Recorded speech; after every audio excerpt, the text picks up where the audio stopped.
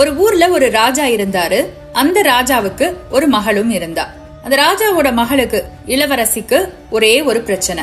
அவளுக்கு யார்கிட்ட எப்படி பேசுறதுங்கிறதே தெரியாது. தப்பான இடத்துல தப்பான வார்த்தைகளை பேசி அவ பிரச்சனை பண்ணாத இடமும் கிடையாது. இப்படி இருக்க ராஜா கவலைப்பட்டாரு. இளவரசிய திருத்துற பொறுப்ப அமைச்சர்கிட்ட ஒப்படைச்சாரு. அந்த அமைச்சர் இப்ப ஒரே ஒரு விஷயம் தான் பண்ணணும். இளவரசிக்கு புரிய வைக்கணும். அதுவும் யார்கிட்ட எப்படி பேசணுங்கிற நுட்பமான விஷயத்த அவ மூளையில பதிய வைக்கணும். ரொம்ப கஷ்டமான வேலைதான் இல்ல, ஆனா கேட்டது ராஜாவாச்சே. அதனால அமைச்சர் யோசிக்கிறாரு. இளவரசிய கூப்பிட்டு அவளுக்கு ஒரு வேலை தராரு. அது என்ன வேலை தெரியுமா? அந்த இளவரசி ஒரு பயணம் போகணும். அந்த நாட்டுல இருந்து கிளம்பி ஒரு வித்தியாசமான ராஜ்யத்துக்கு போயிட்டு வரணும். அந்த ராஜ்யத்துக்கு மட்டும் அவ போயிட்டு வந்துட்டான்னு வைங்க, அவ்வளவுதான். யார்கிட்ட எப்படி பேசணுங்கிற பாடம் அவளுக்கு கிடைச்சிரும். கேட்கவே ரொம்ப நல்லா இருக்குல்ல. ஆனா அங்கதான் ஒரு சிக்கலே இருக்கு. ஏன்னா அந்த அமைச்சர் அவளை அனுப்பி வைக்கிறது சாதாரண ராஜ்யமும் இல்ல, அதை ஆட்சி செய்யறது சாதாரண ராஜாவும் இல்ல. அது ஒரு வானர ராஜ்யம். மனிதர்கள் யாரும் தன் ராஜ்யத்துக்குள்ள நுழைய கூடாதுன்னு சட்டம் போட்டு ஆட்சி செய்யற ஒரு வானர ராஜாவுடைய ராஜ்யம். வானர ராஜானா குரங்கு ராஜாங்க.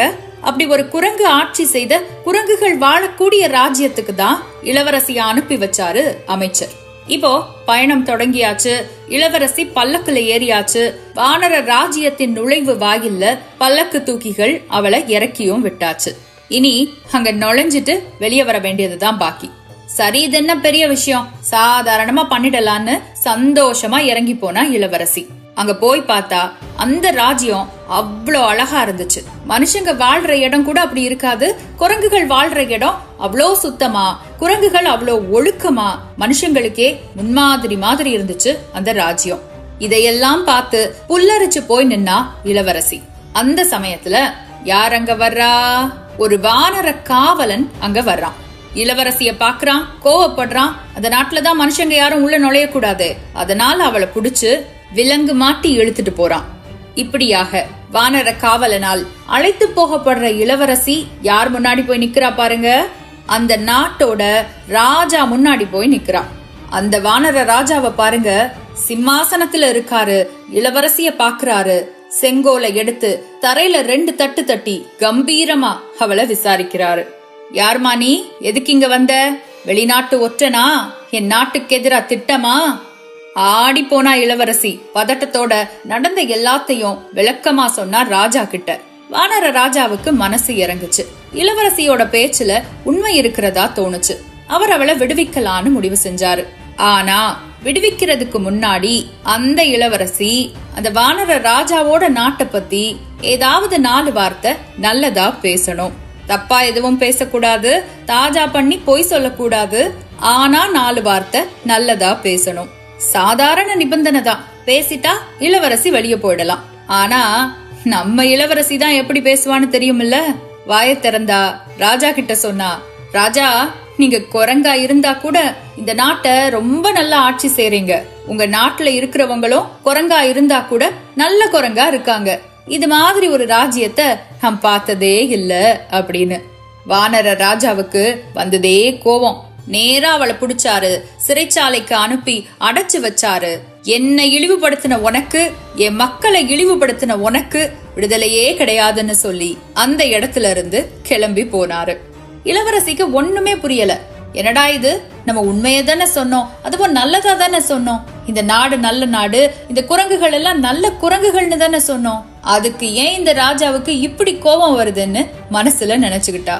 எத்தனையோ வசதிகளோடு வாழ்ந்த இளவரசி அந்த சிறைச்சாலையில அடைபட்டு கிடந்தா.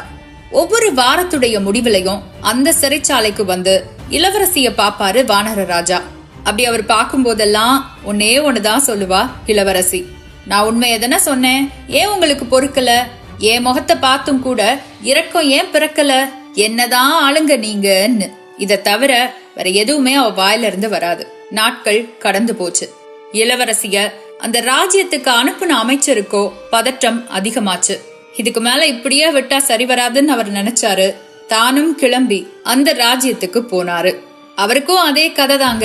அவரும் மனுஷர் தானே, அதனால அவரையும் பிடிச்சாங்க. அவரையும் கொண்டு போய் அரசர் முன்னாடி விட்டாங்க. விசாரணை முடிந்து அவரையும் இளவரசி இருந்த அதே சிறைச்சாலைக்கு அழைத்து வந்தாங்க. ஆனா இளவரசிய கொண்டு வந்தது சிறைச்சாலையில அடைச்சு வைக்க, அமைச்சரை கூட்டிட்டு வந்தது இளவரசிய விடுதலை செஞ்சு அனுப்பி வைக்க. ஆமாங்க, அமைச்சருடைய பேச்ச கேட்டு இளவரசிய விடுதலையே செஞ்சுட்டாரு வானர ராஜா. இளவரசிக்கு ஒரே ஆச்சரியம். அவ அமைச்சரை பார்த்தா கேள்வி கேட்டா, அமைச்சரே அரசரை பாத்தீங்களா? அமைச்சர் சொன்னார் ஆமா. அமைச்சரே அவர் கேள்வி கேட்டாரா? அமைச்சர் சொன்னார் ஆமா. அமைச்சரே ராஜ்யம் நல்லா இருக்குன்னு சொன்னீங்களா? அமைச்சர் சொன்னார் ஆமா. அமைச்சரே எப்படி அமைச்சரே, இதேதான் எனக்கும் நடந்தது. இதே மாதிரிதான் என்கிட்டயும் கேட்டாரு. இதே மாதிரிதான் நானும் பதில் சொன்னேன். எனக்கு மட்டும் சிறைச்சாலை, உங்களுக்கு மட்டும் விடுதலையா? எப்படி? அந்த சமயம் அந்த புத்திசாலி அமைச்சர் இளவரசிக்கு பதில் சொன்னாராம். மகளே, நம்ம 2 பேர்கிட்டையும் கேட்கப்பட்ட கேள்வி ஒன்னா இருக்கலாம், நம்ம சொன்ன பதிலும் கூட ஒன்னாவே இருக்கலாம். ஆனா நீ சொன்ன விதம் வேற, நான் சொன்ன விதம் வேற. இளவரசிக்கு புரியலையாம். அமைச்சர் மறுபடியும் சொன்னாராம், மகளே நீ எப்படி சொல்லிருக்க? குரங்குகளோட ராஜ்யம், குரங்குகளோட ராஜா, குரங்குகள்னு அழுத்தி சொல்லிருக்க. என்னதான் குரங்காவே இருந்தாலும் குரங்கு குரங்குன்னு அழுத்தி அழுத்தி சொன்னா குரங்குக்கு வலிக்காது? அதுவும் உன்னை விடுதலை செய்யக்கூடிய அளவுக்கு அதிகாரம் இருக்கிற குரங்கு கிட்ட குரங்குன்னு சொன்னா கோவம் வராது? அதுதான் நீ செஞ்ச தப்பு. ஆனா நான் என்ன சொன்னேன் தெரியுமா? ராஜா உங்க ராஜ்யம் சிறப்பா இருக்கு, ராஜா உங்க மக்கள் சிறப்பா இருக்காங்க. இது மாதிரி ஒரு ராஜ்யமும் இல்ல, உங்களை மாதிரி ஒரு ராஜாவும் இல்லன்னு. அது மட்டும் இல்ல இளவரசி, சிறைச்சாலையில அடைப்பட்டு கிடக்கும் போது அந்த ராஜா கிட்ட நீ என்ன சொல்லிருக்க? நீ தேவையில்லாம கோவப்படுற, தேவையில்லாம தண்டனை